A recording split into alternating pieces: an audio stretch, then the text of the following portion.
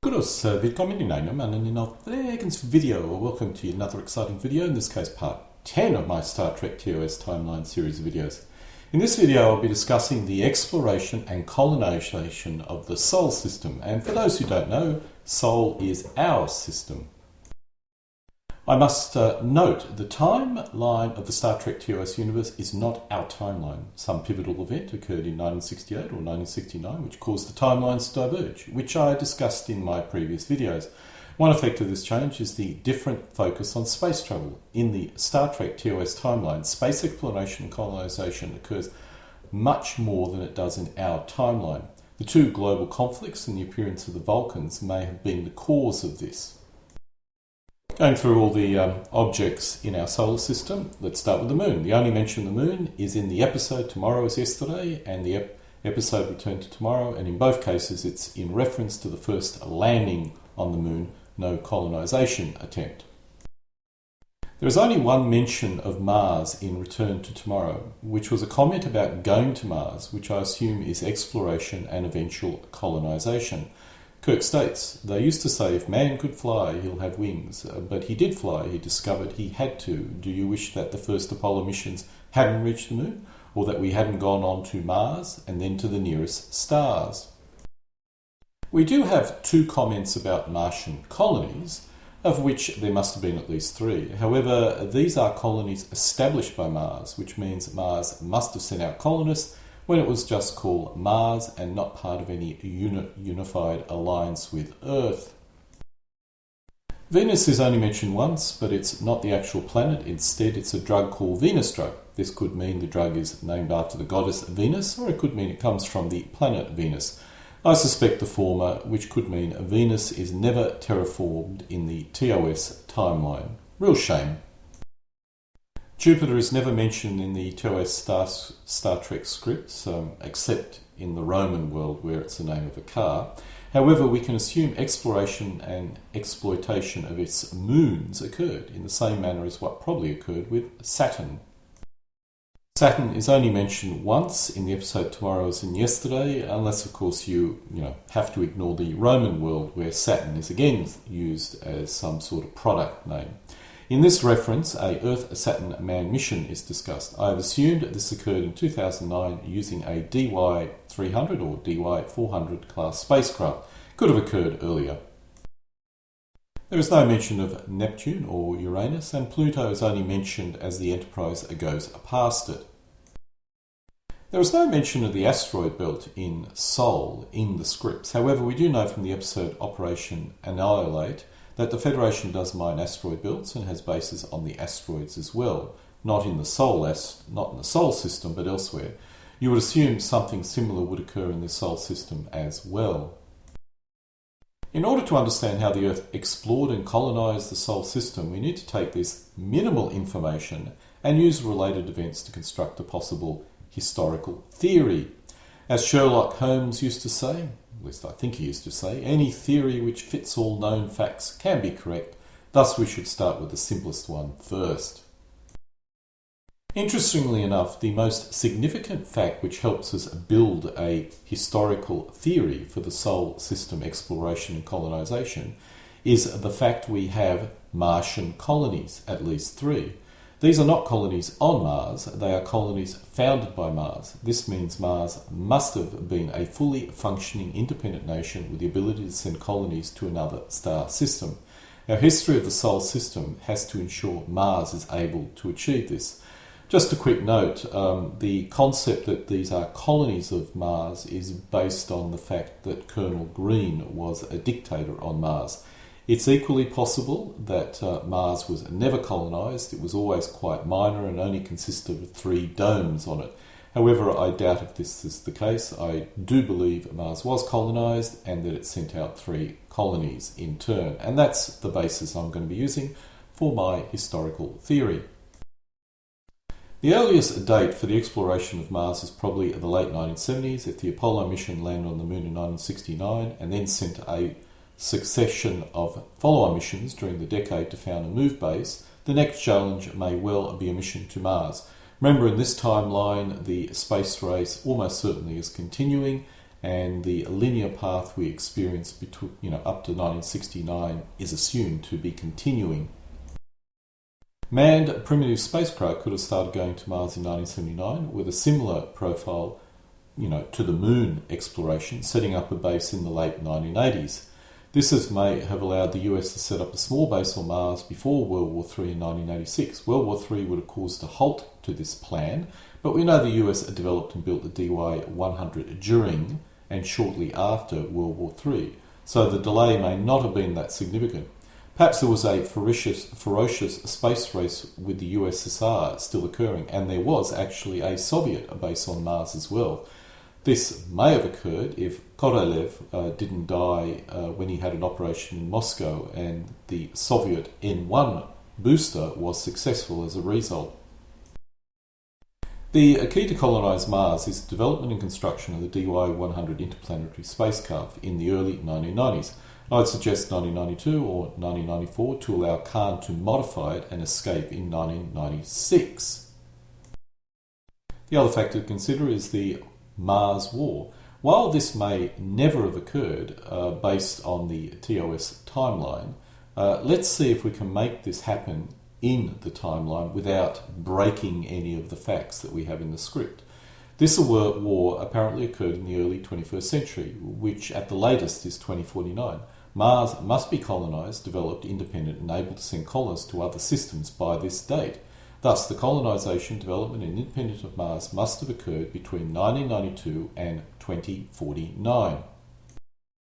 If the US built a number of DY-100 spacecraft between 1992 and 2000, they could have been able to transport a significant amount of colonists to Mars. Khan's ship could carry 84 people in sleeper pods. With no sleeper pods on board, up to 200 passengers could have been carried. The spacecraft must have been able to travel very quickly, so an Earth-Mars round trip of 3 to 6 months would be very viable. This would allow one ship to transport 400 to 800 colonists per year to Mars. A fleet of 10 DY-100 spacecraft could have allowed a colony of up to 15,000 to be established by the year 2000. This is a bit of a stretch, but possible. By 2018, the population of Mars could have been as great as 200,000, assuming additional DY-100 spacecraft are built and no improvised spacecraft are created. This, of course, can only occur if there's only one target of colonisation, which before FTL drive, that would be the case, and that target is Mars. So if there's only one target, Earth probably went all out against that particular planet to colonise and terraform it. Based on the episode Space Seed, there was a DY-500 spacecraft mentioned, which was a ship that probably possessed some form of FTL drive and was used for interstellar travel. This is why Kirk initially thought Khan's ship was a DY-500. If correct, the development of the DY-200 to DY-400 occurred before 2018, which means the newest ships could have had much larger capacity. If correct, a population of 500,000 on Mars in 2018 is certainly possible. The development of the DY-500 spacecraft in 2018 provided some form of FTL capability. I would suggest an early form of impulse drive was developed by 2018 and used in the DY-500. The Earth had sent an FTL probe out unmanned in 2002, so the basic concept was known. Observing the Vulcan FTL impulse drive gave the Earth the incentive to develop their own impulse drive. I suspect the Earth had sent early spacecraft to Alpha Centauri before 2018. Perhaps they had developed a drive giving them the ability to travel at a relativistic speed, which allowed them to reach Alpha Centauri in possibly 8 to 16 years. In Space Seed, one of the Enterprise crew, Marla, indicated it took years to travel between planets, which would mean systems, before 2018. Once the DY-500 was developed, which was FTL capable, this time was slashed. With FTL drive available in 2018, the Earth could now focus on developing colonies on Alpha Centauri rather than developing Mars, so Mars may have taken a back seat. After all, Mars needed terraforming. While it was easier to get people to Mars, it was more difficult to make Mars habitable. Alpha Centauri may have contained a habitable planet, so all you had to do was get people to Alpha Centauri in order to get your colony to kick off or kickstart or start developing. Now we need to look at the other end of our Mars timeline. Mars had to be able to create colonies before 2049. If they had a number of DY-500 spacecraft, they could have sent ships out in 2039 to found their 3 colonies. I have no idea where these colonies were. It could have been Alpha Centauri or some other system. If Alpha Centauri, they could have easily been able to establish 3 colonies. If further out, the colonies would be much smaller. We know early Federation colonists consisted of about, or early Federation colonies consisted of about 100 to 200 colonists each, plus equipment. A single DY-500 could accommodate this. A single DY-500 could travel to a system 10 light years away 3 times to found a colony within a 10-year time frame. This assumed there are 3 habitable planets in possibly a single system. Of course, the next question we need to ask is, why would Mars bother sending out colonists? It really does not seem logical, unless they were annoyed about not being the number 1 colony anymore, and if Colonel Green had taken over and was seeking glory. Thus, Colonel Green may have come to power promising Mars glory in 2039 or slightly before. A population of well over 1 million in 2039 is viable, so Mars was no longer just a minor backwater and must have possessed some form of economic power. I suspect it was a logical base for any asteroid mining and grew wealthy on that particular business. Now we come to the elephant in the room. This timeline is only required if Colonel Green was the leader of Mars and fought a war with possibly a country, or most likely a country on Earth. If Colonel Green was the leader of an Earth country and fought a war, then the Martian colonies could refer to different colonies on the planet Mars, not colonies created by the planet Mars. I personally like the Colonel Green being a dictator on Mars theory, and I actually believe that is the correct TOS timeline. The reason is it matches the rapid space exploration timeline required for later events to occur. So while I give you this warning that Mars may not be what we all think it's going to be, and if that's not the case, then most of this speculation will never occur, I think actually it's required in order to allow a whole bunch of other things to occur in the later timeline of the Federation. Now we come to Colonel Green's war. Colonel Philip Green led a genocidal war in the 21st century. While it could have occurred earlier, I suspect it occurred in 2049 and lasted for 1 year. This could not be a world war and was likely Mars engaging in a war with a single small country on Earth. Green was probably looking for more glory to shore up support back on Mars. A world war with all of Earth makes absolutely no sense. Mars may have had a population of a few million in 2049 against 4 to 6 billion people on Earth. It'd be like Luxembourg invading Germany. This war had to end quickly, probably by the end of 2049, or at the latest, 2054, to allow for United Earth to launch the SS Valiant. The war would have needed to be short, sharp, and involve minimal infrastructure damage. I'd suggest the result would have been the formation of the United Earth territory, now involving both Earth and Mars as full members. One interesting point that I thought about while creating this video is that Mars may well be the first and last attempt by the Terrans to terraform a planet. When the colonisation of Mars first occurred in the 1980s, it was the best candidate as a second home for humanity. By 2018, that was no longer the case, as FTL Drive now opened up a host of livable planets which could be reached in a reasonable time frame. Mars was no longer as important to Earth, and while I have no doubt the Martians continued their terraforming effort, this was the last planet such an effort would have been made for. The other events in the solar system are probably not as important, and regardless I don't have much information about them, but it's very logical to assume a reasonably large moon base would exist in 2050. It would have been a good staging point for the Mars colonisation and building of the DY class of spacecraft.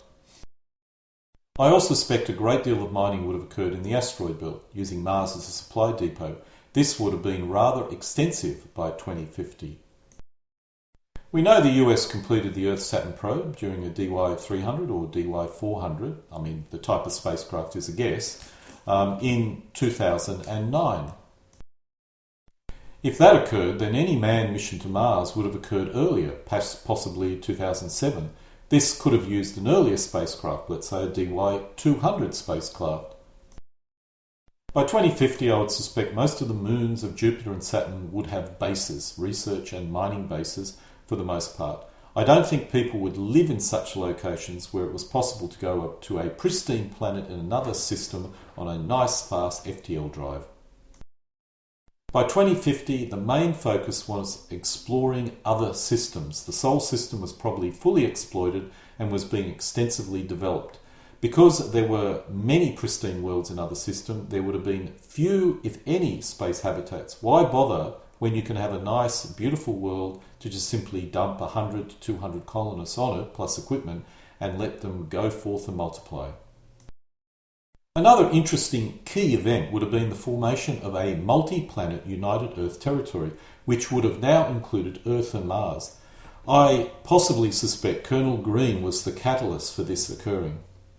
This also probably brought in the remaining countries that had not yet joined the alliances into this multi-planet alliance, because if Mars was going to launch a war on a country of Earth, then I suspect any Earth country would have wanted the security of being part of the United Earth territory. So, a critical and pivotal event, which probably was as pivotal as the formation of the Federation. And so we come to an end of part 10 of my Star Trek TOS timeline, in this case covering the exploration and colonisation of the Sol system. The episode scripts can be found using the URL shown. Alle guten Dinge kommen zu einem Ende.